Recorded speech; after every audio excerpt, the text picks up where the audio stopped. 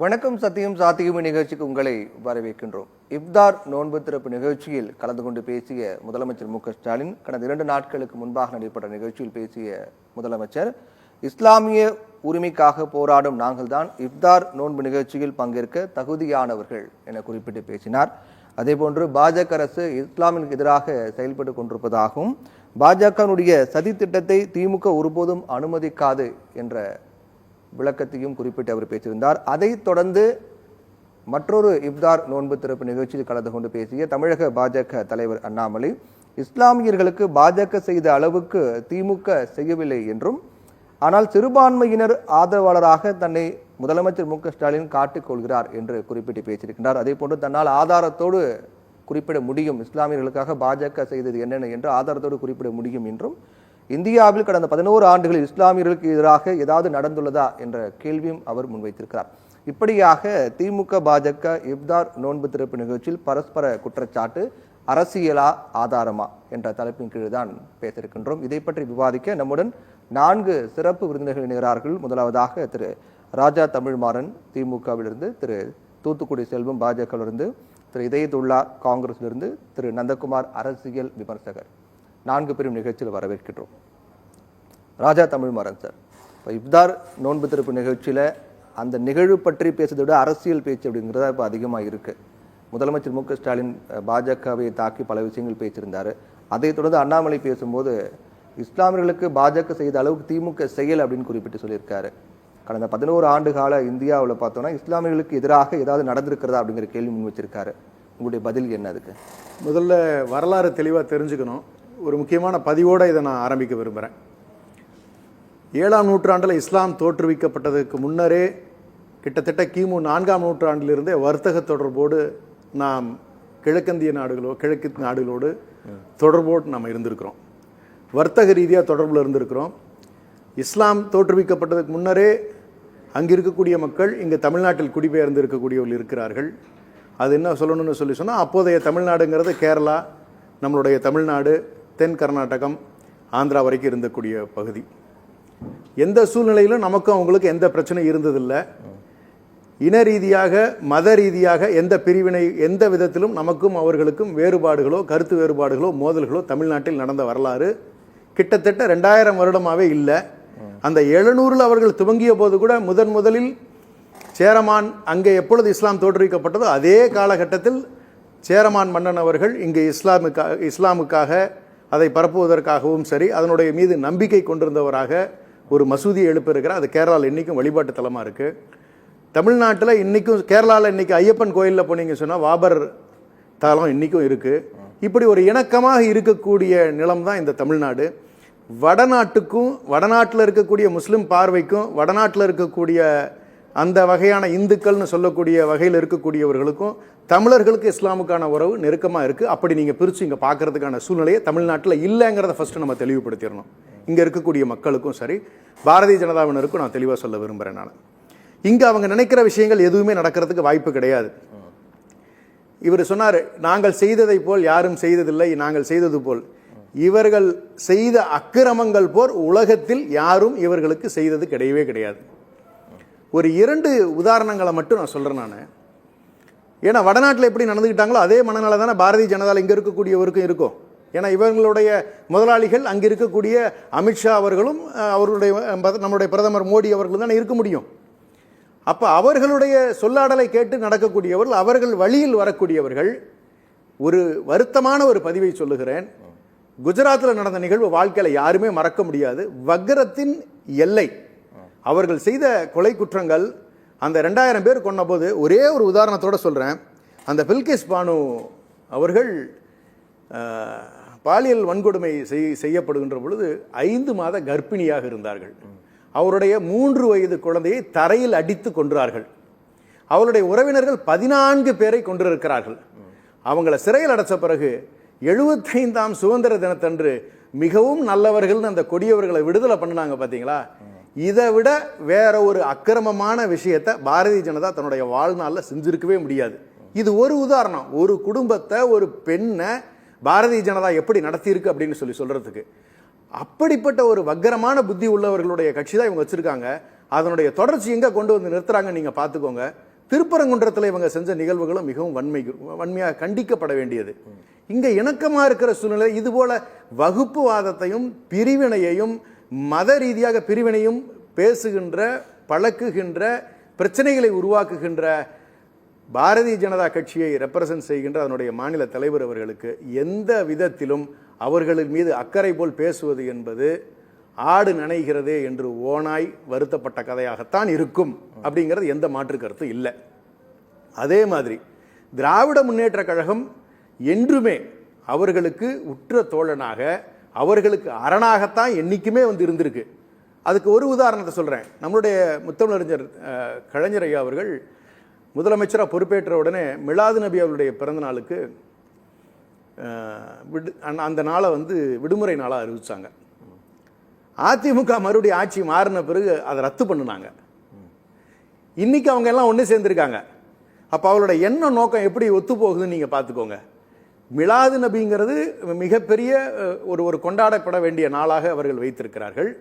இஸ்லாம் என்பது ஒரு வாழ்வியல் வழிமுறையாக இருக்கக்கூடியது. அப்படி இருக்கக்கூடிய ஒரு பெரும் தலைவருக்கு அவர் விடுமுறை அறிவிக்கிறார், அந்த மக்கள் கொண்டாடட்டும் என்பதற்காக. அதை மறுக்கிறார்கள். ஆனால் மீண்டும் கலைஞர் ஆட்சிக்கு வந்த பொழுது அதை நிலைநிறுத்தினார். அது மட்டும் இல்லை, இடஒதுக்கீடு 3.5% முத்தமிழறிஞர் கலைஞர் ஐயா அவர்கள் வழங்கினார்.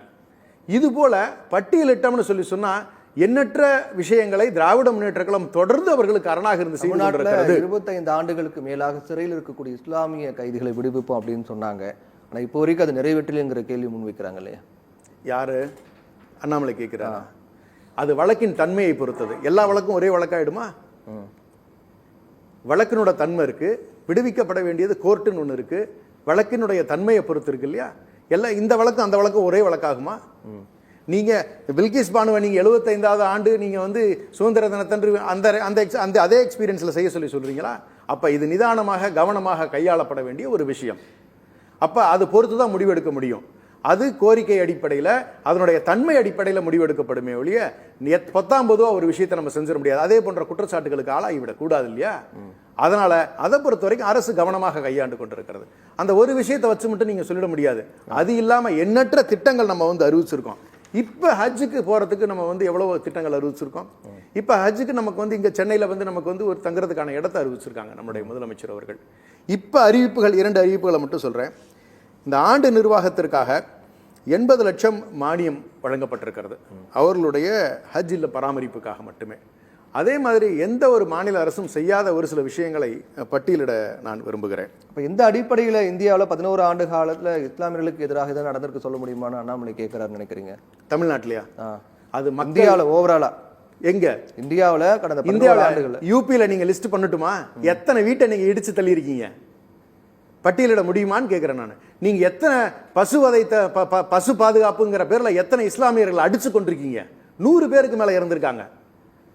நீங்க பட்டியலிட்டுக்கிட்டே போலாமே. நீங்க அது மட்டுமா? இன்னும் எத்தனைங்கிறீங்க? ஐயோ, அவங்க செஞ்சதெல்லாம் இன்னும் நீங்க எத்தனை விஷயங்கள்ல நீங்க யூபி எக்ஸாம்பிள் எடுத்துக்கோங்களேன். நீங்க ஒருத்தனை கைது பண்ணி வீட்டில் போடுறதுங்கிறது ஒரு பக்கம் இருக்கட்டும், அவனோட வீட்டையே இடிச்சு வீடே இல்லாம ஒருத்தரை நடக்க விடுறதுங்கிறது எவ்வளவு பெரிய கொடுமை. 1-2 இன்சிடென்ட் நினைக்கிறீங்களா? கிட்டத்தட்ட 100கணக்கான வீடுகள் இடிக்கப்பட்டிருக்கன. அங்க கவர்மெண்டே புல்டோசர் கவர்மெண்ட். அப்புறம் எந்த அர்த்தத்தில் ஒரு 11 வருஷத்துல என்ன நடந்துச்சுன்னு கேட்கிறாரு. அது முழுக்க நான் பொய் பிம்பங்களை உருவாக்குவதும், அவர்களுக்கு இது மாதிரி கற்பனை கதைகளை சொல்லிட்டு முன்னாடி ஒன்ன சொல்லிட்டு பின்னாடி இந்த மாதிரியான வேலைகளை செய்துகிட்டு இருக்கிறது அவங்களுக்கு வழக்கமான ஒரு வேலை. செல்வம் சார், பில்கிஸ் பானு படுகொலை அப்படிங்கிறது இந்தியா முழுக்க ஒரு பெரிய அதிர்ச்சி ஏற்படுத்திய ஒரு சம்பவம். அந்த சம்பவத்தில் தொடர்புடைய குற்றவாளிகள் 75வது ஆண்டு சுதந்திர விழாவில் விடுதலை பண்ணாங்க. அது கொண்டாடப்பட்ட நிகழ்வாகலாம் கூட பார்க்கப்பட்டு சர்ச்சையாக மாறியது. அப்படிப்பட்ட ஒரு நிகழ்வு நடத்திய பாஜக அதன் மீது வைக்கக்கூடிய விமர்சனம் அப்படின்னு பார்க்கும்போது இஸ்லாமியர்களுக்கு எதிராக பல்வேறு சம்பவங்களை பட்டியலிட்டு பேசினாரு ராஜா தமிழ்மாறன் சார். ஆனா அப்படிப்பட்ட பாஜக இன்னைக்கு இஸ்லாமியர்களுக்கு பாதுகாப்பான கட்சினா பாஜக அப்படின்னு எந்த வகையில சொல்றாங்க அப்படின்னு கேட்கிறாரு. சத்தியம் தொலைக்காட்சி நிறுவனத்திற்கு நெறியாளர் சகோதரர் பிரவீன் அவர்களுக்கு, என்னுடைய சக பங்கேற்பாளர்களுக்கு, அதே போலவே தொழில்நுட்ப கலைஞர்களுக்கு என்னுடைய பணிவான வணக்கம். அதாவது ஸல்லல்லாஹு அலைஹி வஸல்லம் பெருமானார் நபிகள் நாயகத்தினுடைய அந்த போதனைகளை அதை பின்பற்றக்கூடிய, அவருடைய வழியை பின்பற்றக்கூடிய மக்களை மையப்படுத்தி இன்றைக்கு ஒரு நிகழ்ச்சியை கட்டமைத்திருப்பது இந்த நோன்பு. அதாவது அந்த ஏழை மக்களுக்கு தன்னால் ஆன அந்த 20% 30% தன்னுடைய ஊதியத்திலே இருந்து அல்லது தன்னுடைய சம்பாத்தியத்தில இருந்து, அதாவது ஏர்னிங்ல இருந்து அது செலவு பண்ணணுங்கிற அந்த மரபை பின்பற்றி அந்த மக்கள் கடைபிடிக்கிற நோன்பு நடைபெறுகிற இந்த நிகழ்ச்சி, இந்த நாள்ல இதை கட்டமைச்சிருக்கீங்க. இதுல தம்பி திமுகவினுடைய பிரதிநிதி சகோதரர் ராஜா தமிழ்மாறன் ஏதோ அப்படி நடந்து இப்படி நடந்தது அப்படின்லாம் சொன்னாரு. நீங்க கூட நெறியாளர் அவர்கள் கூட 25 ஆண்டுகள் சிறையில் வாடக்கூடியவர்களுக்கு ஒரு பொது மன்னிப்பு வழங்கி விடுதலை பண்ணிருக்கலாமேன்னு கேட்டீங்க. அதுக்கு கோர்ட்டு அது வழக்குடைய தன்மை அப்படி இப்படிலாம் சொன்னாரு. நான் என்ன கேட்கன்னா, மதுரையில தினகரன் அலுவலகம் எரிக்கப்பட்டு தினகரன் ஊழியர்கள் 3 பேர் எரித்து கொல்லப்பட்டார்களே, அந்த வழக்கில குற்றம் சாட்டப்பட்ட எவ்வளவு ஆண்டுல விடுதலை ஆனாங்க தெரியுமா? 7 ஆண்டுகள். இதுக்கு நீங்க தமிழ்மாறன்ட்ட கேட்கணும். 7 ஆண்டுகளில் விடுதலை பண்ணாங்க. அதே மாதிரி மதுரையில ஒரு மாநகராட்சி மன்ற உறுப்பினர் மார்க்சிய கம்யூனிஸ்ட் கட்சி, இந்திய மார்க்சிஸ்ட் கம்யூனிஸ்ட் கட்சியினுடைய மாநகராட்சி உறுப்பினர் லீலாவதி என்பவர் கொலை செய்யப்பட்ட வழக்குல அதுல குற்றம் சாட்டப்பட்டு இல்ல தண்டிக்கப்பட்டவர்களே 7 ஆண்டுல விடுதலை பண்ணாங்க. சாரி, குற்றம் சாட்டப்பட்டவங்கள தண்டிக்கப்பட்டவர்கள் 7 ஆண்டுகளில் கொலை குற்றவாளிகள் விடுதலை திமுக ஆட்சியில விடுதலை செய்யப்பட்டிருக்காங்க. அதனால இவங்க இதெல்லாம் சல்ஜாப்லாம் சொல்லிட்டுலாம் இருக்க வேண்டாம். ஒண்ணு. 2வது, பாரதிய ஜனதா கட்சியை ஆடு நனையுது ஓனாய் ஆடு ஓனாயின்னு சொன்னாரு. யார் ஆடு யார் ஓனாய்ங்கிறதெல்லாம் நாடு பார்த்து கொண்டிருக்கிறது. அதனால அதை பற்றி எல்லாம் அப்புறம் பேசிக்கிடுவோம், அடுத்த சுற்றுல பேசுவோம். இப்போ பாரதிய ஜனதா கட்சி 2014ஆம் ஆண்டு ஆட்சி அதிகாரத்திற்கு வந்த பிறகு இதுவரை அவரு புல்டோசர் ஆட்சி, அந்த ஆட்சி, இந்த ஆட்சின்னு ரொம்ப பெரிய இதா கட்டவிழ்த்து விட்டாரு. அவ்வளவு தூரம் போக வேண்டாம். திருநெல்வேலியில டாக்டர் கலைஞர் அவர்களுடைய தனி பாதுகாப்பு அதிகாரியாக இருந்த ஜாகிர் உசேன் என்கிற ஒரு இஸ்லாமிய மார்க்கத்தை சார்ந்த ஒருவர் வக்பு சொத்துக்களில் ஏற்பட்ட தகராறில் அவர் படுகொலை செய்யப்படுகிறார். ஒரு அதிகபட்சம் 1 வாரத்துக்குள்ள. எப்படின்னு கேட்டீங்கன்னா, அவர் ஏற்கனவே 2 மாசத்துக்கு முன்னால ஒரு வீடியோ பதிவு போடுறாரு. என்ன விரட்டிக்கிட்டு இருக்காங்க, சீக்கிரமா படுகொலை செஞ்சிருவாங்க, அதுக்கு இன்னெல்லாம் காரணம், முதலமைச்சர் அவர்களே நீங்கள் நடவடிக்கை எடுங்கன்னு சொல்லி பதிவு போடுறார். அப்படின்னு சொன்னா அந்த பதிவை இவர்கள் பொருட்படுத்தவில்லை என்று சொன்னால் இவருடைய உளவுத்துறை பலகீனம் அடைந்திருக்கிறது அல்லது உளவுத்துறை தோற்று இருக்கிறது என்று அர்த்தமா இல்லையா? 1. 2வது, திருநெல்வேலியில டிஐஜி, திருநெல்வேலி சரகத்தினுடைய காவல்துறை துணை தலைவர் இன்றைக்கு மாற்றப்பட்டிருக்கிறார் எங்க ராமநாதபுரத்துக்கு. அதனால நீங்க இது ஒரு வகையில இந்த தோல்வி, உங்க தோல்வியை நீங்க ஒப்புக்கொண்டிருக்கீங்க. நீங்கள் சட்டம் ஒழுங்கு சரியாக பராமரிக்கப்படவில்லை. அது ஒரு இஸ்லாமிய சகோதரர் வெளியிட்ட அந்த வீடியோ பதிவை, காணொலி பதிவை நீங்கள் பொருட்படுத்தவில்லை. இது இஸ்லாமியர்களுக்கு செய்யப்பட்ட துரோகமும் இஸ்லாமியர்களுக்கு இழைக்கப்பட்ட அநீதியா இல்லையா சகோதரர் சொல்லணும். 1. 2வது, இந்தியாவில் கடந்த 11 ஆண்டுகள் இஸ்லாமிற்கு எதிராக ஏதாவது நடந்திருக்கு அப்படின்னு கேட்கிறார். கடந்த 11 ஆண்டுகள் இந்தியாவில் இஸ்லாமுக்கு எதிராக எதுவுமே நடக்கலையா? உறுதியா சொல்றேன், பாரதிய ஜனதா கட்சியின் பெயரால நடக்கல. தனிப்பட்ட முறையில 1-2 பேர் நான் இன்னும் ஒன்று சொல்றேன் சார், இவங்க மதத்தை வச்சு தேவையில்லாம ஆட்சி நடத்துறாங்க, அரசியல் பண்றாங்க. இன்னொன்னு, கொலை குற்றவாளி விடுவிப்பு சார், நான் தான் இப்ப சொன்னேன், லீலாவதி கொலை வழக்குல சம்பந்தப்பட்டவங்க, லீலாவதி பொம்பளை இல்லையா, தினகரன் ஊழியர்கள் மக்கள், அவங்கள மனுஷங்க இல்லையா? அந்த பில்கிஸ் பானு கொலை குற்றவாளி விடுவிப்பு கேட்டா நீங்க இன்னொரு கொலையை சொல்றீங்க. ஜாகிர் உசேனுக்கு நீங்க என்ன சொல்ல போறீங்க? உங்க ஆட்சி அதுக்கு என்ன சொல்ல போறீங்க? நீங்க சொல்லுங்க, கேட்டு சொல்லுங்க. நெறியாளர் நீங்க அவங்களுக்கு சாதகமா அதை லீடு எடுத்து கொடுக்கிற மாதிரி சொல்றதுனால சொல்றேன், நீங்க அதை சொல்லுங்களேன். ஜாகிர் உசேன் என்கிற ஒரு இஸ்லாமிய அதிகாரி, காவல்துறை அதிகாரி, ஓய்வு பெற்ற அதிகாரி, அதுவும் கலைஞரை போன்ற மூத்த தலைவருக்கு பாதுகாப்பு அதிகாரியாக இருந்த ஒரு காவல்துறை அதிகாரி அவர் வீடியோ பதிவு போடுறாரு. அதுக்கு பிறகு அவரை பாதுகாக்க தவறியது உங்கள் குற்றமா இல்லையா? இதுக்கு என்ன பதில் சொல்லுவீங்க? அதனால இன்னொன்னு, இரண்டாவது, இன்றைக்கு முத்தலாக் சட்டம் நிறைவேற்றப்பட்ட பிறகு இஸ்லாமிய சகோதரிகள் பாதுகாப்பாக இருக்கிறார்கள். ஒரு 3 குழந்தைகளோடு இருக்கிற ஒரு இஸ்லாமிய சகோதரி அந்த முத்தலாக் சட்டம் நிறைவேறுவதற்கு முன்பு 3 குழந்தைகளை கொண்ட ஒரு சகோதரி, அவருக்கும் அவருடைய கணவருக்கும் ஏதாவது ஒரு மனக்கசப்பு ஏற்பட்டு வீட்டுல ஒரு சின்ன கோபதாபம் ஏற்பட்டால் கூட தலாக் தலாக் என்று 3 முறை சொன்னா அவங்க விவாகரத்து ஆயிடுவாங்க. பாதுகாப்பு இல்லாத வாழ்க்கை முறை இருந்தது. ஆனால் முத்தலாக் சட்டம் நிறைவேறிய பிறகு இஸ்லாமிய சகோதரிகள் எல்லாம் ஒரு பாதுகாப்பான வாழ்க்கையை உணர்கிறார்கள். அதை முதல்ல தயவுசெய்து புரிஞ்சுக்கிடுங்க. இரண்டாவது, இன்னைக்கு இஸ்லாமியர்கள் எல்லாம் கொண்டாடக்கூடிய தலைவராக மரியாதைக்குரிய பாரத பிரதமர் நரேந்திர மோடி அவர்கள் இருக்கிறார்கள். என்ன காரணம் கேட்டீங்கன்னா, மொத்த இந்தியாவில 20 நாடுகள்ல பிரதமர் நரேந்திர மோடி அவர்களுக்கு, உலகத்திலே இருக்கிற 20 நாடுகள்ல பிரதமர் நரேந்திர மோடி அவர்களுக்கு உயர்ந்த அந்தந்த நாடுகளினுடைய உயர்ந்த விருது கொடுக்கப்பட்டிருக்கிறது. அதிலும் 7 இஸ்லாமிய நாடுகளில், சவுதி அரேபியாவில், ஆப்கானிஸ்தானத்துல, பாலஸ்தீனத்துல, யுனைடெட் அரபு எமிரேட்ல, பஹ்ரைன்ல, குவைத்ல, அந்தந்த நாட்டினுடைய உயர்ந்த விருதுகள் எல்லாம் பாரத பிரதமர் நரேந்திர மோடி அவர்களுக்கு கொடுக்கப்பட்டிருக்கிறது. இவர்களால சகிக்க முடியல. ஏன்னு கேட்டீங்கன்னா, இன்னைக்கு நாடு முழுக்க பிரதமர் நரேந்திர மோடியை கொண்டாடுவது மாத்திரமல்ல, உலகமே கொண்டாட தொடங்கிவிட்ட காரணத்தால் திமுகவிற்கு பயம் வந்துட்டு, இப்ப சமீபத்துல எப்படின்னு கேட்டீங்கன்னா, திமுகவுக்கு வேற வேலையே இல்லை சார். எதுக்கு எடுத்தாலும் கேட்டீங்கன்னா உடனே மதத்தை சொல்லுவாங்க. வழி இல்லையா மொழியை சொல்றது, வழி இல்லையா ஒரே பிரிவினைவாதம். எது தமிழ்நாடு, தமிழ், இந்தி, இந்த மாதிரி ஒரு தேவையில்லாத விஷயங்கள் எல்லாம் சொல்லி சொல்லி சொல்லி மறுசீரமைப்பு தொகுதி இப்ப புதுசா ஒண்ணு கண்டுபிடிச்சிருக்காங்க, தொகுதி மறுசீரமைப்புன்னு. இதனால இவங்க தேவையில்லாமல் கோயபல்ஸ் யுத்தத்தை, கோயபல்ஸுக்கு எப்படி தெரியுமா, சொன்னதையே திரும்ப திரும்ப திரும்ப திரும்ப சொல்லி அதை உண்மையாக்க முயற்சிப்பதுதான் கோயபல்ஸுடைய பொய் பிரச்சாரத்தை திமுக கட்டவிழ்த்து விட்டிருக்கிறது. இது ஒருபோதும் தமிழ்நாட்டில் செல்லுபடியாகாது. ரீல் அந்து போச்சு, இனிமேல்லாம் கதை ஒப்பேராது. சரி, பேசுவோம். இதயத்துல்லா சார், 7 இஸ்லாமிய நாடுகள் பிரதமருக்கு உயரிய விருது வழங்கி சிவப்பு கம்பள வரவேற்பெல்லாம் கொடுத்திருக்காங்க. இஸ்லாமிற்கு எதிரான ஒரு நிலைப்பாட்டை பாஜக கொண்டிருந்தா இஸ்லாமிய நாடுகள் இது மாதிரியான ஒரு நடைமுறையை பின்பற்றுவாங்களா அப்படிங்கிற கேள்வியும் முன் வச்சிருக்காரு. இந்தியாவுடைய இஸ்லாமியர்களை பற்றி நாம் பேசிக் கொண்டிருக்கிறோம்.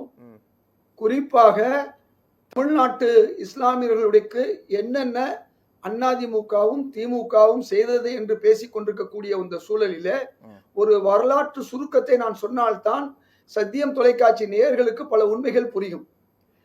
தமிழக இஸ்லாமியர்களுக்கு காங்கிரஸ் கட்சி இருக்கும் பொழுது, ஆட்சியில் இருக்கும் பொழுது 7 விழுக்காடு இடஒதுக்கீடு வழங்கப்பட்டது. அதன் பிறகு செண்பகம் துரைராஜன் என்று சொல்லக்கூடிய ஒருவரும் இன்னொரு RSS உடைய முன்னோடிகளாக இருந்த 2 பேர் சுப்ரீம் கோர்ட்ல போய் வழக்கு போட்டு முஸ்லிம்களுக்கு கிடைத்த அந்த 7% இடஒதுக்கீடு மட்டுமல்லாமல் பிற்படுத்தப்பட்டவர்களுக்கும் எதிரான ஒரு நிலை வந்தது. அப்ப இந்த இடஒதுக்கீடை எப்படியாவது கொடுக்கணும்னு முடிவு பண்ணதுல தந்தை பெரியாரும் பெருந்தலைவர் காமராஜரும் 2 பேரும் முக்கியமானவர்கள். இது முதல்ல இடஒதுக்கீடுடைய ஆரம்ப கட்டத்தை சொல்றேன். அது 30% பிசில ஓபிசில வந்தாங்க. அதே நேரத்துல முஸ்லிம்களுக்கு பதவி கொடுத்ததுல பெருந்தலைவர் காமராஜர் 8 பேர் அமைச்சரவையில மந்திரி மஜீத் கடையலூரை சார்ந்தவருக்கு கொடுத்தாரு. பொதுப்பணித்துறையில இருந்து அனைத்து துறையும் கொடுத்தாரு. உங்களுக்கு நான் தகவல் சொல்லிடுறேன். அவர் காலத்துல 2 முஸ்லிம்கள் ராஜ்யசபா உறுப்பினராக இருந்தார்கள், 2 முஸ்லிம்கள் பாராளுமன்ற உறுப்பினராக இருந்தார்கள், பலர் சட்டமன்ற உறுப்பினராக இருந்தார்கள்.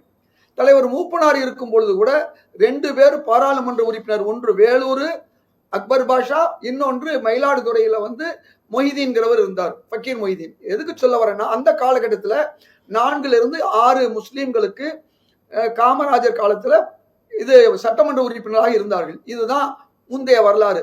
அடுத்து யாரு அதிகமா செஞ்சதுன்னா டாக்டர் கலைஞர் தான். முஸ்லிம்களுக்கு அதிகமாக செஞ்சவர். இந்த வரலாறு நான் சொல்லித்தான் ஆகணும். அதுல முக்கியமான வரலாறு வந்து காகிதம் இல்லத்து காலத்துல இருந்து அப்துல் லத்தீப் சமது காலம், இன்னைக்கு தமுமுகன்னு சொல்லக்கூடிய அந்த கட்சி உட்பட பலர் கேட்ட ஒரு இடஒதுக்கீட்டை எனது தலைமையிலான ஒரு கூட்டத்துல கலைவாணர் அரங்கத்துல தலைவர் கலைஞரையும் ஆளுநரையும் வைத்துக்கொண்டு, நீங்கள் மீலாது விழாவுக்கு விடுமுறை கொடுத்திருக்கிறீர்கள், ரைட். உருது முஸ்லிம்களுக்கு பிற்படுத்தப்பட்டவர்களில் சேர்த்திருக்கிறீர்கள், ஓகே. இப்படி பல காகிதம் இல்லத்து கல்லூரிக்கு இடம் கொடுத்திருக்கிறீர்கள், இன்னும் பல கல்லூரிக்கு நீங்க இடம் கொடுத்திருக்கீங்க. உள்ளபடியே பாராட்டுக்குரியவர் டாக்டர் கலைஞர், நான் அதுல மாற்று கருத்தே கிடையாது. அது மட்டுமல்ல, நான் அந்த இடத்துல வந்து இடஒதுக்கீடு நீங்க கொடுக்கல அப்படின்னு சொன்ன உடனே நண்பர் இதயத்துல்லா கூறுவது போன்று, இடஒதுக்கீடு கேரளாவிலும் கர்நாடகாவிலும் நடைமுறை இருக்குமானால் நாளைக்கே அவசர சட்டம் கொண்டு வருவேன் என்று சொன்ன ஒரே மாமனிதர் கலைஞர். இன்றைக்கு நான் மீண்டும் சொல்றேன், உலமா வாரியத்தை கேட்டேன், கொடுத்தாரு. மகளிர் விடுதி வேணும்னு கேட்டேன், 15 விடுதிகள் கொடுத்தாரு அவர் ஆட்சி காலத்துல. மகளிர் உதவு சங்கம் 10 லட்சம் கொடுத்தா மாவட்டத்துக்கு 20 லட்சம், இன்றைய முதல்வர் 60 லட்சம் ஆக்கியிருக்காரு. நான் எதுக்கு சொல்ல வரேன்னு சொன்னா, பல்வேறு கோரிக்கைகளை வைத்தவன் நான். அந்த வைத்ததன் காரணமாக இன்னைக்கு இடஒதுக்கீடு காரணமாகத்தான் திராவிட முன்னேற்ற கழகத்துக்கு தொடர்ந்து வாக்குகள் வந்து கொண்டு இருக்கிறது. அதுக்கு முன்னையெல்லாம் எம்ஜிஆருக்கும் ஜெயலலிதாவுக்கும் போயிட்டு இருந்துச்சு. இந்த வரலாறை நான் ஏன் சொல்றேன்னு சொன்னா, கலைஞர் அவர்கள் செய்த சாதனை என்பது காமராஜருக்கு பிறகு வேறு யாருமே செய்யவில்லை. அது எம்ஜிஆர் அவர்களும் செய்யவில்லை, ஜெயலலிதா அவர்களும் செய்யவில்லை. இன்றைய திமுக அதை அப்படியே தொடர்ந்து செய்து கொண்டு இருக்கிறது. இப்ப உதாரணமா வக்குஃபுக்கு வந்து நீங்க பணம் கொடுப்பதோ ஹஜ் மானியம் கொடுப்பதோ என்பது தொடர், எல்லா ஆட்சியும் கொடுக்கக்கூடிய தொடர். இது காங்கிரஸ் ஆட்சி காலத்துல வந்து அதிகமாக கொடுத்துக்கிட்டு இருந்தாங்க. பாஜக அதை நிறுத்தி இருக்கு. இந்த வரலாறு நான் சொன்னா தான் உங்களுக்கு உண்மை புரியும். பாஜக வந்து முஸ்லிம்களுக்கு காங்கிரஸ் ஆட்சி காலத்துல கொடுத்த அந்த ஸ்காலர்ஷிப், அதாவது கல்வி உதவி தொகையை இப்ப நிறுத்திட்டாங்க. அவங்க நல்லா புரிஞ்சுக்குங்க, ஒரு சமூகம் முன்னேறணும் சொன்னா கல்வியிலையும் பொருளாதாரத்திலையும் முன்னேறணும்.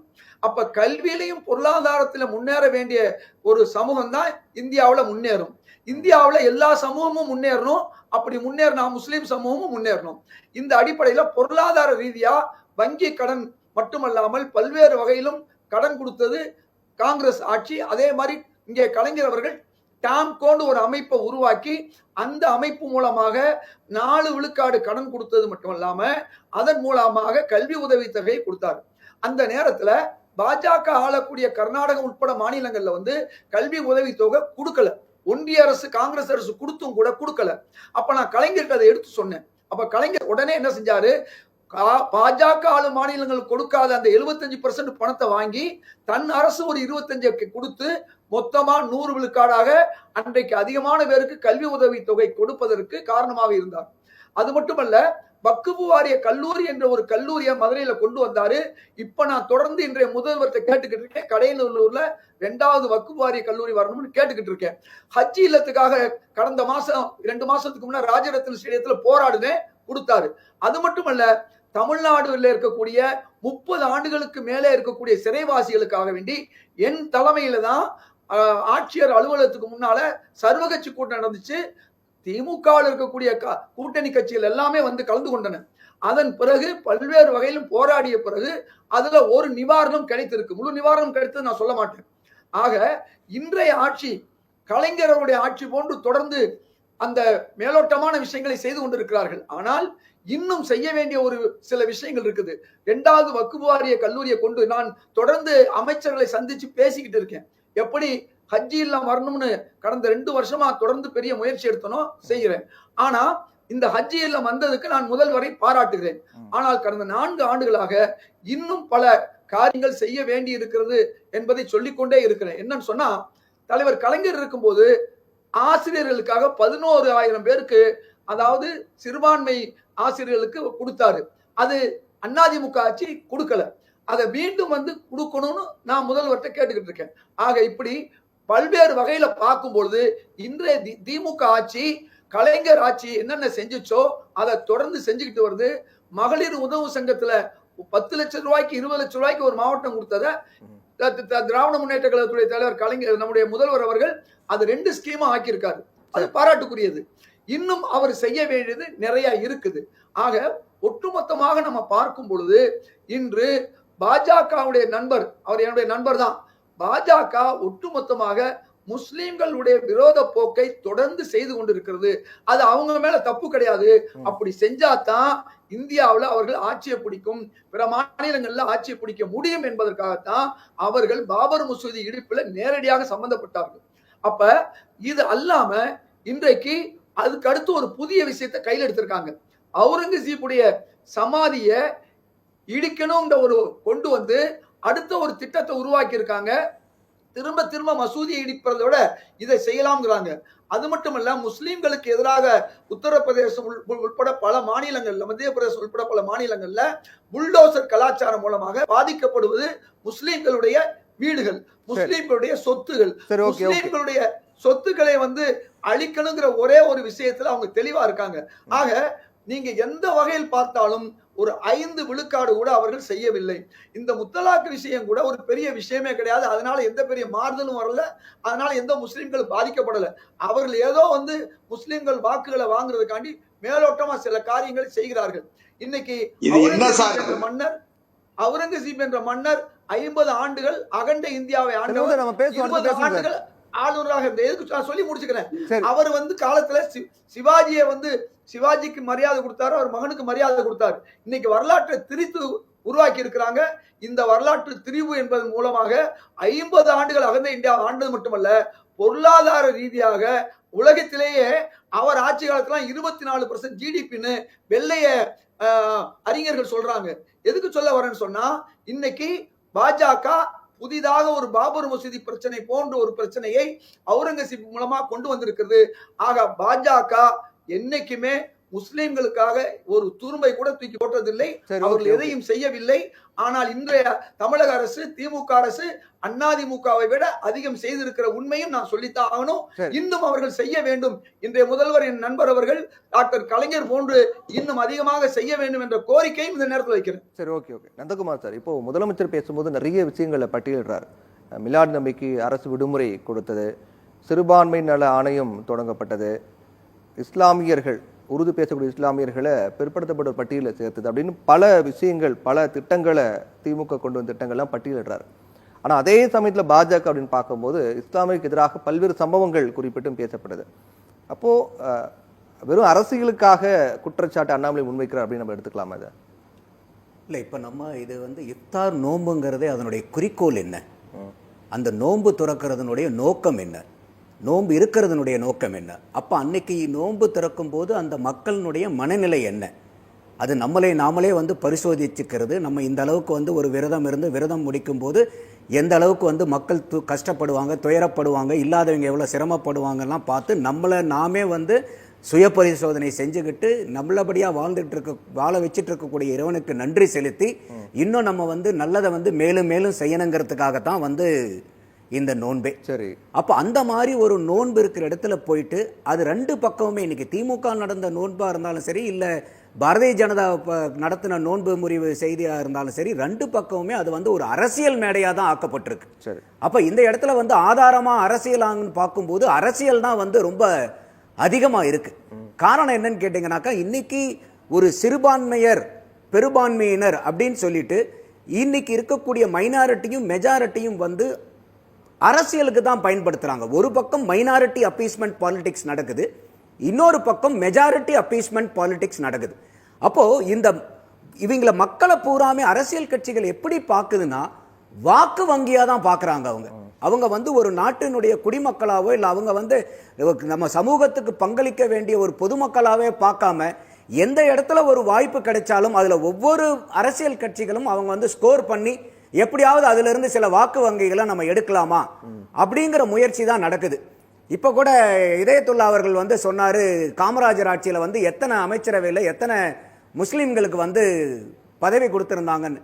இன்னைக்கு இருக்கக்கூடிய ஆட்சியில் எவ்வளவு கொடுத்திருக்காங்க? இன்னைக்கு இருக்கக்கூடிய 35 அமைச்சர்கள்ல இன்னைக்கு எத்தனை பேர் முஸ்லீம்கள் இருக்காங்க? அப்ப இன்னைக்கு இருக்கக்கூடிய மாவட்ட செயலாளர்கள் அவங்களுடைய திராவிட முன்னேற்ற கழகத்தில் போய் பார்க்கும் போதும் 76 பேர் வந்து அங்க லிஸ்ட்ல இருக்காங்க. அதுல இருக்கிறது பாத்தீங்கன்னா வெறும் 3 பேர் தான் வந்து மாவட்ட செயலாளர்கள் இருக்காங்க. அப்போ இதே இன்னொரு பக்கம் வந்து நீங்க பாரதிய ஜனதாவை எடுத்துக்கங்க. இன்னைக்கு பாரதிய ஜனதா வந்து எந்த இடத்துல வந்து அவங்க வந்து ஒரு முஸ்லீம் இந்துக்களினுடைய பிரிவினையை வந்து உண்டு பண்ணாம இருக்காங்க. எங்கெங்கெல்லாம் வந்து வாய்ப்பு கிடைக்குதோ, உதாரணத்துக்கு வந்து இப்போ அயோத்தியில ராமர் கோயில் கட்டினதனுடைய அடையாளம் என்ன? அப்ப இன்னைக்கு அதை எங்க போய் நீங்க ராமர் கோயில் கட்டினீங்களோ அந்த இடத்துலயே நீங்க தோத்து போக வேண்டிய சூழ்நிலை வந்துச்சு இல்லையா இன்னைக்கு? அப்போ எந்தெந்த இடத்துல எல்லாம் வந்து இன்னைக்கு வந்து ஒரு சகோதரர் நந்தகுமார் தவறான தகவல் சொல்றீங்க. அதே இடத்துல பாரதிய ஜனதா கட்சி சட்டமன்ற தேர்தலில் இடைத்தேர்தலில் வெற்றி பெற்றிருக்கு, அதை சொல்லுங்க. இல்ல, நான் அயோத்தி ஆரம்பிச்சதுக்கு அப்புறம் அடுத்ததா வந்து இருக்கக்கூடிய நான் எம்பி தேர்தலில் தான் நான் இந்த இடத்துல சொல்றேன், சட்டசபை தேர்தலை நான் சொல்ல வரல. எதுக்காக நான் சொல்ல வரேன்னா, இந்த அரசியல் கட்சிகள் வந்து மக்களை வந்து எந்த இடத்துல, அதாவது தான் சொன்னேன், ரெண்டு பேருமே வந்து இதுல வந்து தராசுல வச்சு பார்த்தா சரிசமமா தான் இருக்காங்க. ஒருத்தர் மைனாரிட்டி அப்பீஸ்மெண்ட், இன்னொரு மெஜாரிட்டி அப்பீஸ்மெண்ட். இதுல வந்து எந்த இடத்துல வித்தியாசம் நமக்கு தெரியல. பல்வேறு திட்டங்கள் கொண்டு வரும்போது அவங்க சார்ந்த ஒரு நிகழ்ச்சியில அதை பதிவு பண்றதுங்கிறது அரசியல் அப்படின்றீங்களா? தேவையில்லை. இப்ப உதாரணத்துக்கு எடுத்துக்கீங்களா, இந்த இடத்துல நான் ரெண்டு கட்சியை வந்து நான் குறிப்பிட்டு சொல்ல வேண்டியதா இருக்கு. இன்னைக்கு எல்லா கட்சிகளுமே வந்து சிறுபான்மையர் அணின்னு வச்சிருக்காங்க. இன்னைக்கு சீமான் அவர்களுடைய நாம் தமிழர் கட்சியில சிறுபான்மை அணிங்கிறது கிடையாது. அதே மாதிரி இன்னைக்கு புதுசா வந்திருக்கக்கூடிய விஜய் அவர்களுடைய தமிழக வெற்றி கழகத்திலையும் சிறுபான்மையினர் அணின்னு கிடையாது. சரி, அப்ப அவங்களும் அரசியலுக்கு தான் வராங்க. அப்ப இதே இஃப்தார் நோன்பு வந்து விஜய் அவர்களும் நடத்துறாரு. இவங்களும் அரசியல் கட்சி சார்பா தான் நடத்துறாங்க, அவரும் அரசியல் கட்சி சார்பா தான் நடத்துறாங்க. இது எல்லா மீடியாவும் காமிச்சது. எந்த இடத்துலயாவது அங்க வந்து ஏதாவது ஒரு வார்த்தை அரசியலை பத்தி அங்க பேசப்பட்டதா? அப்ப அங்க வந்திருக்கக்கூடிய ஒரு இஸ்லாத்தை சார்ந்த மக்களுடைய நோக்கங்களும் அவர்களுடைய பிரார்த்தனையும் நிறைவேறணும். அப்ப அந்த இடத்துலயும் போயிட்டு ஒரு மக்களை வந்து நீங்க வந்து ஒரு இனம் சார்ந்தோ இல்ல வந்து ஒரு மதம் சார்ந்தோ, ஏன்னா இன்னைக்கு அரசியல் கட்சிகளை பொறுத்த வரைக்கும் இன்னைக்கு சாதியையும் மதத்தையும் அரசியலை விட்டு வெளியெடுத்து வச்சிட்டீங்கன்னா அவங்களுக்கு பண்றதுக்கு அரசியல் இல்லை.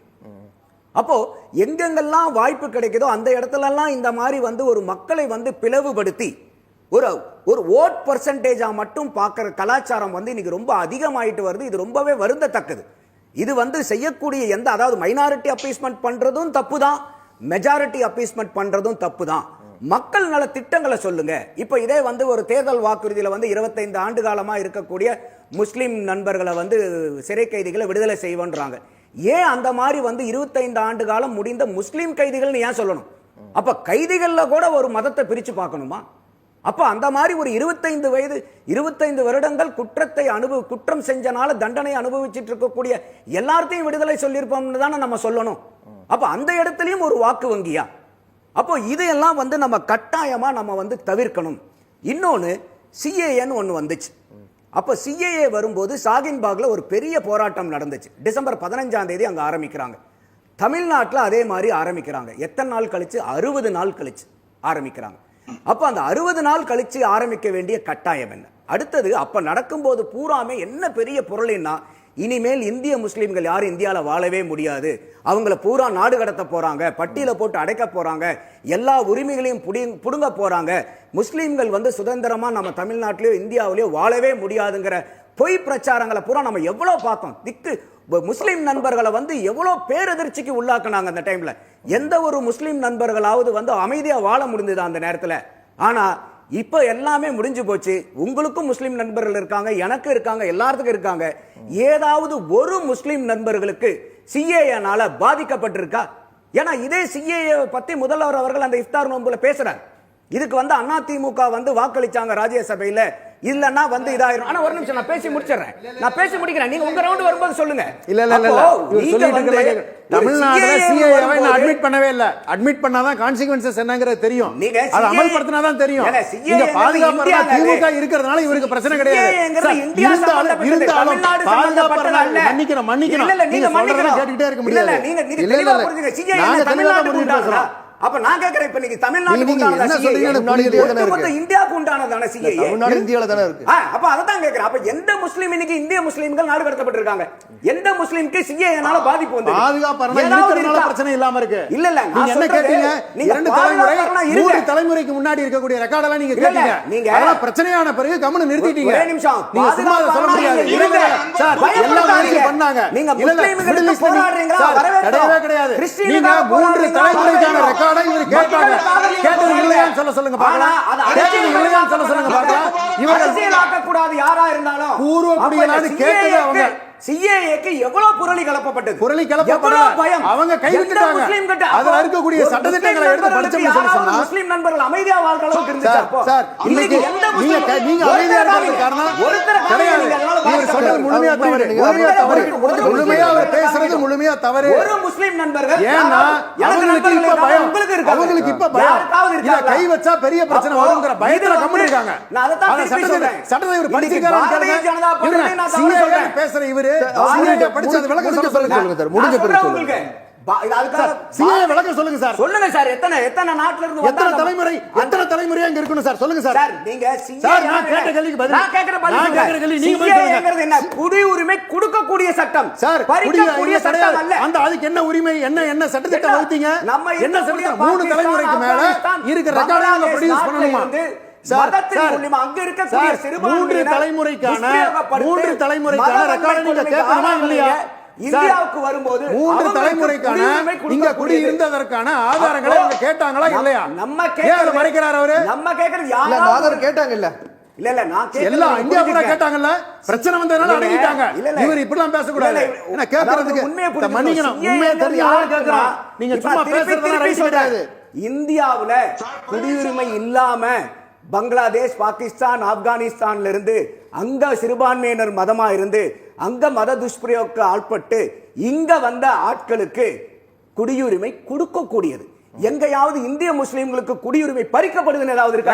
கேட்டாங்களா இல்லையா? அத சொல்ல சொல்லுங்க. அதுக்கு பதிலே சொல்ல மாட்டேங்கிறாரு. இந்தியால இருக்கக்கூடிய இருங்க நார்த் ஈஸ்ட் வெஸ்ட் பெங்கால் நீங்க இஸ்லாமியருக்கு என்ன சார் பண்ணீங்க சார்? இந்த பர்టిక్యులர் சிஏஏ படி குடியுரிமை பறிக்கப்படுது அடச்சாங்களா இல்லையா? இது வந்து நம்ம நியாயம் இல்லையா சார்? வெஸ்ட் பெங்கால்ல சவுத் ஈஸ்ட்ல என்ன சார் பண்ணீங்க? குடியுரிமை வெஸ்ட் பெங்கால் என்ன பண்ணீங்க? குடியுரிமை சட்டம் நான் கேக்குறது வேற, நீங்க பேசுறது வேற. சட்டம் அல்ல. நான் கேக்குறது வேற, நீங்க பேசுறது வேற. இல்ல நான் திருப்பி வெஸ்ட் பெங்கால்லையும் நீங்க சவுத் ஈஸ்ட்ல என்ன பண்ணீங்க? நார்த் ஈஸ்ட்ல என்ன பண்ணீங்க? என்ன பாதிப்பு வந்துச்சு சார்? குடியுரிமை பயங்க நிறுத்திட்டீங்க. பாதிப்பு வந்துச்சா? நீங்க பிரச்சனை நிறுத்திட்டீங்க. பொய் பிரச்சாரம் பண்ணவே கிடையாது. நான் பாரதிய ஜனதாவின் குற்றம் சாட்டுறது என்ன?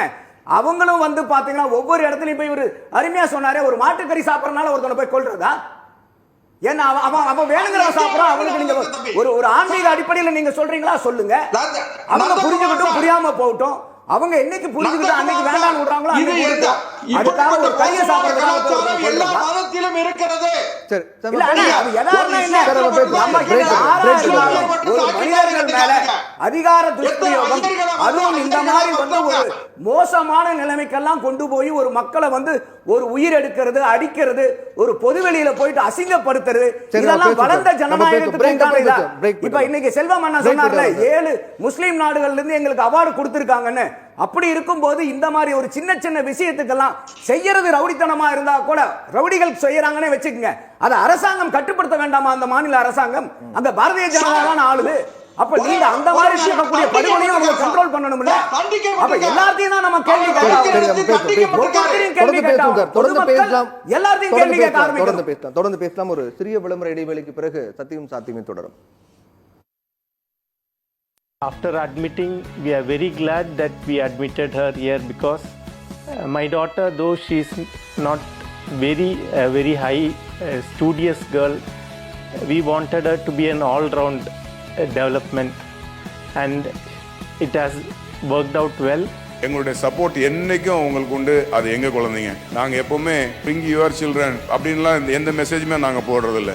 நாங்கள் அவர் அப்படிங்கிற வேர்டு தான் யூஸ் பண்ணுவோம். அப்படி இருக்கிறதுக்கு தான் நாங்கள் ஆசைப்படுறோம். Olive Tree Group of Schools, CBSE. Admission open for 2025 to 26 for pre-KG to grade 6 and grade 11. To enroll, contact 755-00112.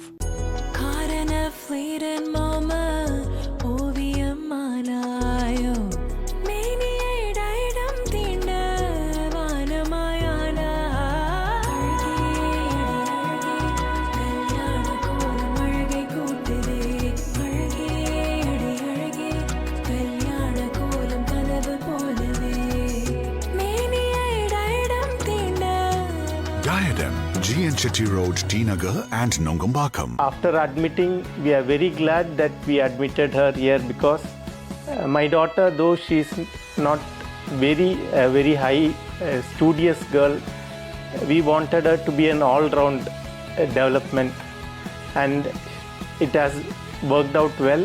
எங்களுடைய சப்போர்ட் என்னைக்கும் உங்களுக்கு உண்டு. அது எங்க குழந்தைங்க. நாங்க எப்பவுமே பிரிங் யுவர் சில்ட்ரன் அப்படின்லாம் எந்த மெசேஜுமே நாங்க போடுறது இல்லை.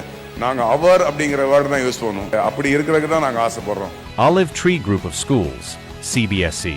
Admission open for 2025 to 26 for pre-KG to grade 6 and grade 11. To enroll, contact 755000112.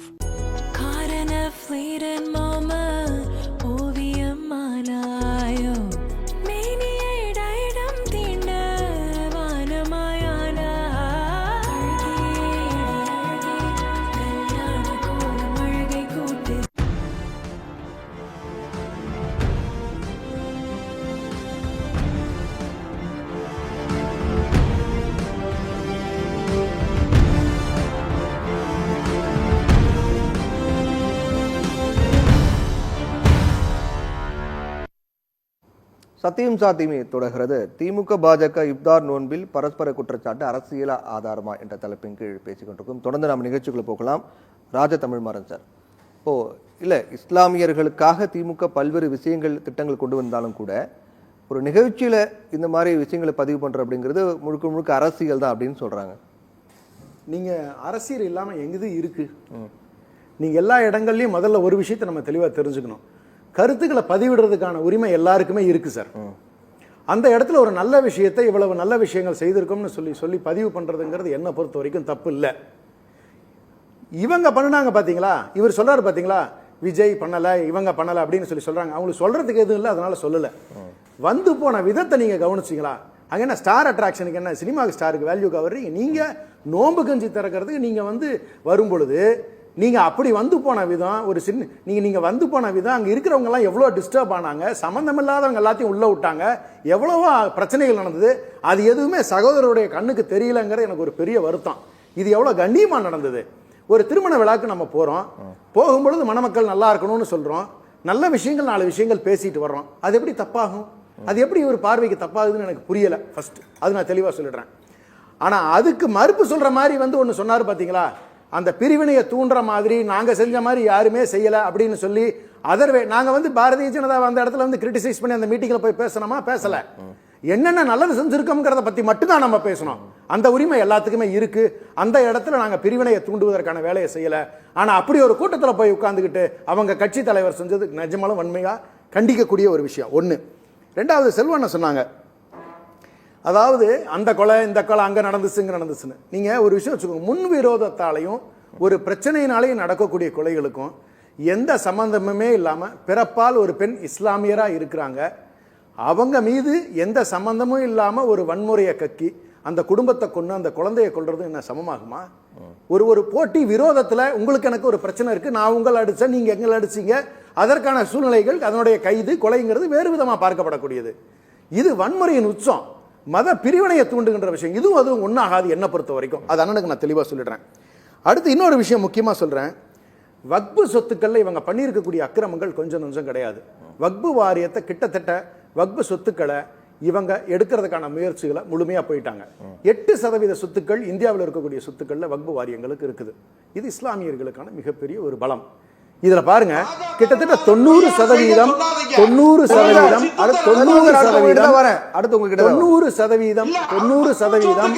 ஆக்கிரமிப்புகளில் இருக்கிறது. அதற்கு ஒரு சட்டத்தை அவங்க ஏற்றி இருக்காங்க. 12 ஆண்டுகள் நீங்கள் அந்த ஆக்கிரமிப்பு சொத்துக்களில் இருந்தீர்கள் என்று சொன்னால் அந்த சொத்துக்கள் அவர்களுடைய ஆகிவிடும் சொல்லியிருக்காங்க. இது மிகப்பெரிய வன்மையான கண்டனத்துக்குரியது.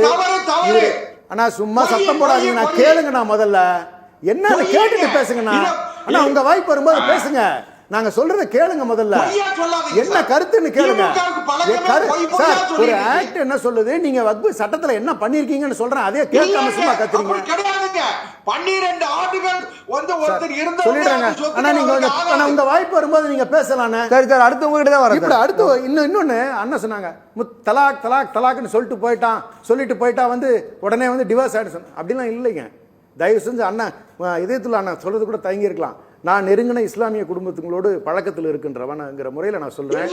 நீங்க சார் நீங்கள் வந்து ஒரு குடும்பத்தில் இருக்கக்கூடிய ஒரு கணவன் மனைவிக்கு பிரச்சனைனா முதல்ல அந்த மஸ்ஜித்தில் இருக்கக்கூடிய எங்கே திருமணம் அவர்களுக்கு நடைபெற்றதோ அந்த மஸ்ஜித்தில் இருக்கிற முத்தவள்ளிக்கிட்ட நீங்கள் வந்து உங்களுடைய குறைகளை நீங்கள் சொல்லணும்.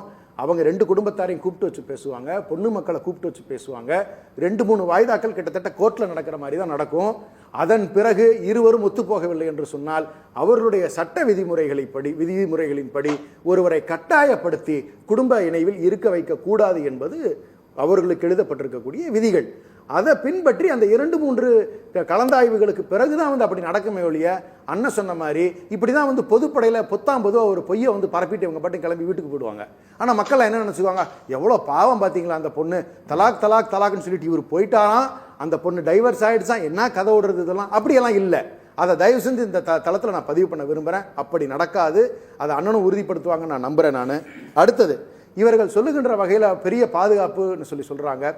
1000 எம்எல்ஏக்களுக்கு மேல் இருக்கக்கூடிய நிலையில் வடநாடுகளில் எத்தனை எம்எல்ஏக்கள் இஸ்லாமியர்களாக இருக்கிறார்கள் இவர்கள் சொல்ல தயாரா? அண்ணன் கேட்டாங்க, அதாவது வந்து எத்தனை பேர் வந்து மாவட்ட செயலாளர்கள் இருக்கக்கூடியவர்கள் வந்து இஸ்லாமியர்களாக இருக்கிறார்கள், எத்தனை பேர் அமைச்சர்களாக இருக்கிறார்கள். இதே கேள்வியை ஏன் நீங்கள் பாரதிய ஜனதா பார்த்து நீங்கள் கேட்க மாட்டேங்கிறீங்க? எந்த விதத்தில் நீங்கள் வந்து சுப்ரீம் கோர்ட் ஜட்ஜஸ் அப்பாயின்மெண்ட் முதற்கொண்டு இவங்க என்ன பண்ணிக்கிட்டு இருக்காங்கன்னு இவங்க அண்ணன் பார்க்கலையா? அப்போ இவங்களுக்கு வந்து ஒரு சில நோக்கம் என்ன இருக்குன்னு சொன்னீங்கன்னா, 10 பொதுவாக செய்கிறவங்களையும் ஏன் செய்கிறாங்க அப்படிங்கிற ஒரு போக்கில் பேசிட்டு போகிற எண்ணமாக தான் இருக்கே ஒழிய எந்த விதத்திலையும் தயவு செய்து அண்ணனுக்கு நான் சொல்கிறேன், அண்ணன் நிறைய நல்ல விஷயங்கள் பார்க்கணும், பார்க்கின்ற கண்ணாடியை பொறுத்து தான் இருக்குது. நம்ம நல்லதை பார்த்தோம்னா நமக்கு நல்லது தெரியும், கெட்டதை நோக்கி பயணம் செஞ்சோம்னு சொன்னால் கெட்டது மட்டும்தான் கண்ணுக்கு தெரியும். அதே சமயத்தில் இன்னொரு முக்கியமான விஷயம் பண்ணுறேன், தவறு இருக்கின்ற பொழுது தவறை சுட்டி காட்டுகின்ற பழக்கம் எங்களுக்கு உண்டு. அதையும் நாங்கள் விட்டு கொடுக்க முடியாது. அதான் அண்ணன் பேசும்போது நான் குறுக்கிடாமல் இருந்தேன். சிஏஏல முக்கியமான ஒரு பதிவை சொல்கிறேன். அதிமுக அவர்களுக்கு ஆதரவாக வாக்களிக்காமல் இருந்திருந்தால் இன்று சிஏஏ சட்டம் அமல்படுத்தப்பட்டிருக்காது அப்படிங்கிறத நம்ம தெரிஞ்சுக்கணும். சிஏஏனுடைய விளைவுகள் இன்னைக்கு இல்லை, நீங்கள் எழுதி வச்சுக்கோங்க. என்னைக்கு இருந்தாலும் சொல்கிறேன், கிளியர் மெஜாரிட்டியில் பிஜேபி என்னைக்கு உட்காருதோ, இன்னும் ஒரு சில RSS அஜெண்டாவை என்னைக்கு அவங்களாம் நிறைவேற்றி முடிக்கிறாங்களோ அதுக்கு பிறகு தான் உண்மைத்தன்மை தெரியும். அன்னைக்கு ஒரு நாள் நான் அண்ணனை கண்டிப்பாக சந்திப்பேன். அன்னைக்கு அண்ணன்கிட்ட நிறைய கேட்க வேண்டியது இருக்கு. சரி, செல்வன் சார் உங்களுடைய கருத்து. அதாவது என்னுடைய அருமை சகோதரர் ராஜா தமிழ்மாறன் வந்து போற போக்குல ரொம்ப ரொம்ப மென்மையா வாதம் பண்ற மாதிரி பண்ணாரு. அதாவது கோயம்பல் சித்தம் எப்படின்னு கேட்டீங்கன்னா 3 முறை ஒரு பொய்யை மறுபடி சொல்லுவது, இன்னொன்னு என்னன்னு கேட்டீங்கன்னா ஊடகங்களை மிரட்டி பணிய வைப்பது. கோயபல்ஸோட நேரடி வாரிசு மோடி என்ன இருக்கும்போது நீ என்ன அதெல்லாம் பேசுறீங்க? என்ன நாங்களே வரவே மாட்டோம். கோயபல்ஸ் வாரிசு மோடி அமித்ஷா இருக்கும்போது உங்களுக்கு என்ன பிரச்சனை? அதே ஞாபகத்திலே இருக்காதீங்க. கொஞ்சம் தயவு செஞ்சு எங்களெல்லாம் வேற மாதிரி பாருங்க. உங்களுக்கு அதே ஞாபகத்திலே இருக்கீங்க, உங்க தலைவர் ஞாபகத்திலே இருக்கீங்க. இன்னும் கேளுங்க, உச்ச நீதிமன்றமோ உயர் நீதிமன்றங்களும் உங்களை என்ன எப்படி எல்லாம் பேசிக்கிட்டு இருக்குங்கிறத நாடு பார்த்துக்கிட்டு இருக்கு. அதை விட்டுருவோம். நான் சொல்றேன், இப்ப ஆர்டிகல் 370 அரசியல் சட்டத்தினுடைய 370வது பிரிவு நீக்கப்பட்ட பிறகு ஜம்மு காஷ்மீர்ல மக்கள் நிம்மதியாக இருக்கிறார்கள். நீங்க இஸ்லாமியர்கள், இந்துக்கள், கிறிஸ்தவர்கள் பிரிவினை உண்டு பண்ணாதீங்க. இங்க யாரும் பிரிவினை கிடையாது. இந்தியாவுல 140 கோடி மக்களும் 142 கோடி மக்களும் ஒரு தாய் பிள்ளைகளாக இருக்கிறோம். எங்க கிராமத்துல எல்லாம் பாத்தீங்கன்னா 10 வீடு முஸ்லீம் வீடு. தமிழ்நாட்டுல எந்த காலத்திலயும் பிரச்சனை வராது, வந்ததும் கிடையாது. நீங்க இத காரணம் காட்டாதீங்க. வடநாட்டை பத்தி பேசுங்க. நீங்க இஸ்லாமியர்களை வடநாட்டுல எப்படி நடத்தி இருக்கீங்கன்னு சொல்லுங்க. தமிழ்நாட்டு அடையாளம் எடுக்கவே எடுக்காதீங்க. தமிழ்நாடு விதிவிலக்கு. தமிழர்களுக்கும் இஸ்லாமியர்களுக்கும் நெருங்கின தொடர்பு இருக்கு. அதை உங்களால ஒரு காலம் பிரிக்க முடியாது. தயவு செஞ்சு நீங்க நினைச்சுங்க. வடநாட்டுல நீங்க என்ன பண்ணிருக்கீங்க அதை பேசுங்க. வடநாட்டுல நீங்க என்ன பண்ணிருக்கீங்க? இப்படிப்பட்ட பொய்ய கர்நாடகாவில் என்ன பண்ணீங்க? ஆட்சியில் இருந்த போது உங்களுக்கு தெரியாதா? என்ன நீங்க ஆந்திரால என்ன பண்ணீங்கன்னு தெரியாதா? மகாராஷ்டிரால இப்ப என்ன பண்ணிட்டு இருக்கீங்க? முடிட்டு நம்ம நேர குறைவா இருக்கு உங்களுக்கு. சார் ஒன்னு நிப்பாட்டுங்க சார். மகாராஷ்டிரா நடந்து முடிந்த நாடாளுமன்ற சட்டமன்ற தேர்தல்ல மகாராஷ்டிரால முஸ்லிம்கள் பெரும்பான்மையாக இருக்கிற பகுதிகளில் 42 தொகுதியில் 37 தொகுதி பாரதிய ஜனதா கட்சி தாமரை சின்னம் வெற்றி பெற்றிருக்கிறது. அதனால நீங்க ஒரே ஒரு விஷயம் சார், எங்களுடைய மாநில தலைவர் மரியாதைக்குரிய அண்ணன் அண்ணாமலை அவர்கள் இஃப்தார் நோன்பு திறக்கிற நிகழ்ச்சியில முதலமைச்சர் வந்து முதல்ல பேசும் பொழுது அரசியல் பேசி குதர்க்கமாக பேசிய காரணத்தால் சதிவலைகளை நாங்கள் முறியடிப்போம். யார் சதி பண்றா? நீங்க எதுக்கு நான் இன்னொரு வாதம் வைக்கிறேன். இன்னொரு வாதம் வைக்கிறேன் சார். இஃப்தார் நோன்பு என்னுடைய அருமை சகோதரர் நந்தகுமார் சொன்னாரு மெஜாரிட்டி அபியூஸ்மெண்ட் சொல்லி. நான் ஒரே ஒரு விஷயம் கேளுங்க சார். அது என்ன, விநாயகர் சதுர்த்தி ஊர்வலம் போகும் பொழுது இஸ்லாமியர்கள் அதிகமாக இருக்கிற பகுதியில போகும்போது அவர்கள் வரவேற்பு கொடுக்கிறார்கள். அதே மாதிரி நோன்பு திறக்கிற நிகழ்ச்சியில எல்லா இந்துக்களும் கலந்துக்கிறாங்க.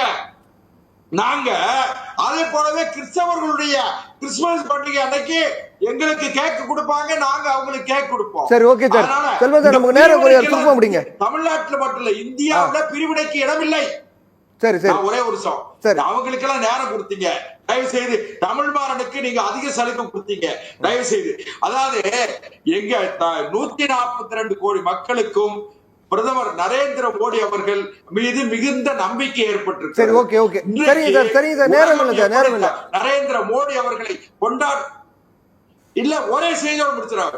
பிரதமர் நரேந்திர மோடி அவர்களை உலகம் முழுக்க எப்படி கொண்டாடுகிறார்களோ, இந்திய பிரதமரை கொண்டாடுகிறார்களோ, அதை போல இன்றைக்கு தமிழ்நாட்டில் மரியாதைக்குரிய தமிழ்நாடு பாரதிய ஜனதா கட்சியோட தலைவர் அண்ணாமலை அவர்களை எல்லா இளைஞர்களும் கொண்டாடுறாங்க. எங்களை இஸ்லாமியர்களுடைய நோன்பு திறப்பதற்கு பாரதிய ஜனதா கட்சி தலைவரை அழைக்கிறார்கள் என்று சொன்னால் தமிழ்நாட்டிலே மத பிரிவினை இல்லை, சமத்துவம் நிலவுகிறது, எல்லா மக்களும் ஒற்றுமைக்கு தயாராகி வருகிறார்கள். இங்கே பிரிவினையை தூண்டி அரசியல் நடத்த முடியாது. திமுகவுடைய பிரிவினைவாத பிரச்சாரம், பொய் பிரச்சாரம் இனிமேல் எடுபடாது என்பதால் திமுக போன்றவர்கள் ஆத்திரப்படுகிறார்கள், பதட்டப்படுகிறார்கள். சார், இதேதுல்லா சார், எதிர்கட்சிகள் எதெல்லாம் இஸ்லாமிற்கு எதிராக பாஜக கொண்டு வந்திருக்காங்க அப்படின்னு சொல்றாங்களோ அது எல்லாமே இஸ்லாமியர்களுக்கு ஆதரவாக கொண்டு வரப்பட்டது அப்படிங்கிற வாதம் முன்வைக்கப்படுது. 370 அதே போன்று முத்தலாக், சிஏ, இது எல்லாமே இஸ்லாமியர்களுக்கு ஆதரவாக தான் கொண்டு வந்திருக்கோம் அப்படின்றாங்க. அது உண்மை என்று சொன்னால் காஷ்மீர் வேலியில ஒரு சீட்டு கூட பாஜக பெறாதது ஏன்? இரண்டாவது, மகாராஷ்டிராவில் எங்கள் தலைவர் ராகுல் காந்தி சொன்ன அந்த 70 லட்சம் கள்ள ஓட்டுகளில் தான் இவர் சொன்ன 1-2 இடங்களில் வேணால் முஸ்லிம்கள் இருக்கக்கூடிய இடங்களில் பிஜேபி வென்றிருக்கலாம். ஒட்டுமொத்த மகாராஷ்டிரா வெற்றிய கேள்விக்குறியாக இருக்கிறது. மூன்றாவது ஒரு விஷயம், தம்பி திமுகவுடைய சகோதரர் ராஜா தமிழ்மாறன் சொன்னது உண்மை. ஒரு இஃப்தார் பார்ட்டியில தன் கட்சி செய்ததை சொன்னாதான் பிற கட்சிகள் அது மாதிரி சிறுபான்மை மக்களுக்கு செய்யணும், நாம பெரும்பான்மையா இருக்கோம், சிறுபான்மை மக்களுக்கு உதவணுங்கிற எண்ணம் வரும். ஆக தமிழக முதல்வர் ஒன்றாக சொன்னது எல்லாம் உண்மைதான். ஏன் இன்றைக்கு பாஜகவோ அதிமுகவோ சிஏஏ விஷயத்துல ஒட்டுமொத்த முஸ்லிம் சமுதாயமும் இந்தியா கூட்டணி கட்சிகளும் அதை ஆதரித்த போது ஏன் அதை எதிர்த்தன? சிஏஏ கூட்டணி கொண்டு வந்ததை ஆதரித்தது ஏன் என்பது இந்த நேரத்துல முக்கியமா கேட்கணும்.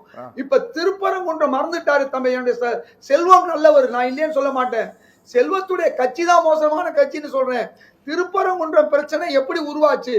இப்படி பல்வேறு பிரச்சனைகளை முஸ்லிம்களுக்கு எதிராக உருவாக்குறது தமிழ்நாட்டுல யாரு? பாஜக தான். அது மட்டுமல்ல, இந்த தேர்தல் நேரத்துல முஸ்லிம்கள் விரோதமாக பேசுறதும் பாஜக தான். இன்னைக்கு 14% இருக்கக்கூடிய முஸ்லிம்களுக்கு எதிராக 4% கான்ட்ராக்ட் கொடுத்தா அதை ஏன் தடுக்கிறது பிஜேபி? நான் கேட்கிறேன், இடஒதுக்கீடு தமிழ்நாட்டில் கொடுக்கும் போது அதை ஏன் எதிர்த்தது பிஜேபி? ஆந்திராவில் ஏன் எதிர்த்தது? இந்தியாவில் பல மாநிலங்கள்ல முஸ்லிம்கள் விரோதமா இருந்தது ஏன்?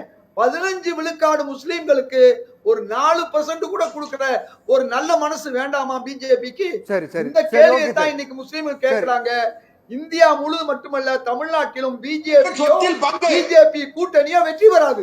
சரி, நந்தகுமார் சார், கூட இறுதியான கருத்து சார். நிகழ்ச்சி நேரம். முதலே சொன்ன மாதிரி இன்னைக்கு மக்களை ஒரு வாக்கு வங்கியா பார்க்காம அவர்கள் நம்ம தமிழக மக்களாகவும் இந்திய நாட்டினுடைய குடிமக்களாகவும் பார்த்து அவங்களுடைய வாழ்க்கை வாழ்வாதாரம் மேம்படுறதுக்கு என்னென்ன செயல் திட்டங்கள், நல்ல நல்ல செயல்பாடுகளை கொண்டு வரணுமோ அதில் ஃபோக்கஸ் பண்ணணும்.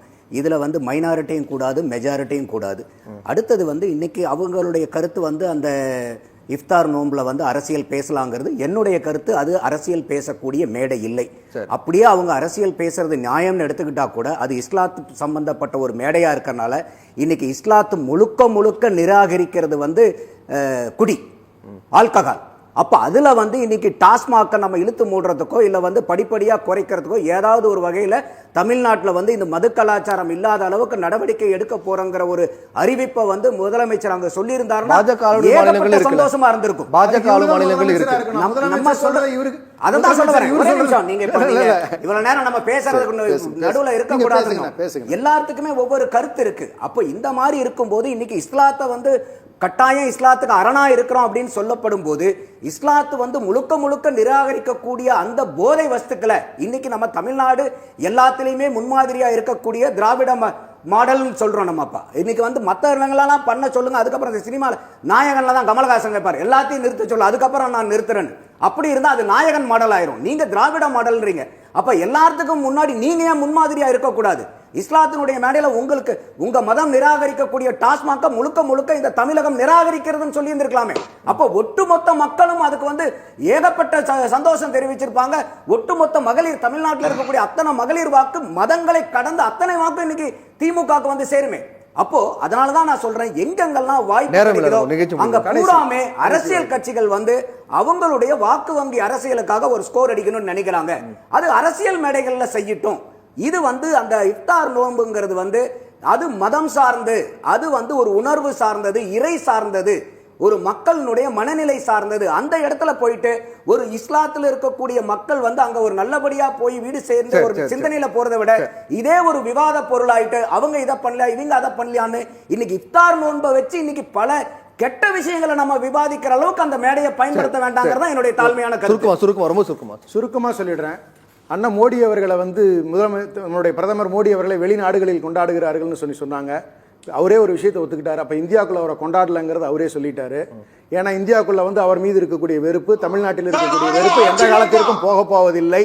வெளிநாடுகளில் அவரை பற்றி தெரியாததால் அவரை கொண்டாடி கொண்டிருக்கிறார்கள் சொல்லணும். அப்படி இருந்தா இங்க தேர்தல் ஏதாவது ஜெயிச்சிருக்கணும். ஒண்ணு. இரண்டாவது, இன்னொன்னு அண்ணன் சொன்னதுக்கு சொல்றேன், மது என்பது ஆதியிலிருந்து இருக்கக்கூடிய எல்லா குடியினருக்குமே உலகத்தில் இருக்கக்கூடிய எல்லா இடங்களிலும் பொதுவாக இருக்கக்கூடிய ஒரு சமாச்சாரம். அது ஒரு இஸ்லாத்தில் இவர் சார் நான் பேசுமா, நீங்க பேசுமா, நான் குறுக்க பேசல. இல்ல சார், மிடில் ஈஸ்ட் கண்ட்ரீஸ்ல கூட இன்னைக்கும் வந்து அதெல்லாம் பர்மிட் பண்ணப்பட்டிருக்கு. இன்னைக்கு கால சூழ்நிலைகள் ஏற்றவாறு தான் நம்ம முடிவுகள் எடுக்க முடியும். இவர் சொல்ற மாதிரி 19 இவர் அப்படி நிறுத்துறதெல்லாம் நடைமுறைக்கு சாத்தியப்படாது. யதார்த்த வாழ்வியல்னு ஒண்ணு இருக்கு. அந்த வாழ்வியல்ல என்னெல்லாம் கலந்துருக்கோ, என்னெல்லாம் வந்து இதெல்லாம் என்ன ஆதி மனிதன் தோன்ற காலத்துல இருந்து மது இருந்து இருக்கத்தான் இருக்கு. கட்டுப்பாட்டுல வச்சிருக்கலாமே ஒழிய அதை நிராகரிப்பதாக இருந்தால் அப்படியெல்லாம் செய்ய வேண்டும். உலகம் முழுவதுமே அதை தெரிஞ்சு கூட அதையே அனுமதிக்கிறாங்க. அவருக்கு அவருடைய வாதம் எனக்கு ஏற்புடையதல்ல. நாகரிகமான சமுதாயத்துல இத நிறுத்தலாம்ங்கறதுடைய வாதம். வேணுங்கறவங்க போய் வாங்கி குடிக்கறாங்களே, யாரு வீட்டுக்கு வீடு கொண்டு போய் சர்வீஸ் கொடுக்கறது இல்ல. இவர் சொல்றது எப்படி இருக்குன்னா, ஒவ்வொருத்தருக்கும் கொண்டு போய் நீங்க குடுங்க, நீங்க குடிங்க குடிங்கன்னு குடுக்குற மாதிரி அவர் சொல்றாரு. வேணுங்கறவங்க கடைக்கு போய் வாங்கி குடிக்கறாங்க, வேணுங்கறவங்க பாருக்கு போய் குடிக்கறாங்க. நீங்க எனக்கு புரியல. கிடையவே மக்கள் எடுக்க வேண்டிய முடிவு நீங்க அவர்கள் விருப்பத்திற்கு அவர்கள் செய்கிற விஷயங்களை கொடுத்து என்ன வேணா நடத்தலாமே. இல்லையே, அது கட்டுப்பாடு இருக்கு. கட்டுப்பாடு இருக்கு. எதுக்கு பார் 10 மணில இருந்து நைட் 10 மணி வரைக்கும் டைம் லிமிட்டேஷன் இருக்கு. நமக்கு நேரத்து பிரகாரம் நடக்குதா நிகழ்ச்சி? ஏன் எங்க நடக்கலன்னா சொல்லுங்க, சரி பண்ணுவோம். கேமரால எடுத்து போய் பார்த்தாவே தெரியும். நீங்க சொல்லுங்க, சரி பண்ணுவோம். சரி, ஓகே. நிகழ்ச்சியோட நிறைவு பகுதிக்கு வந்துட்டு நிகழ்ச்சி கலந்து கொண்ட 4 பேருக்கு மிக்க நன்றி. நேர்ல மற்றும் ஒரு நிகழ்ச்சியில் சந்திக்கும் வரை நன்றி, வணக்கம்.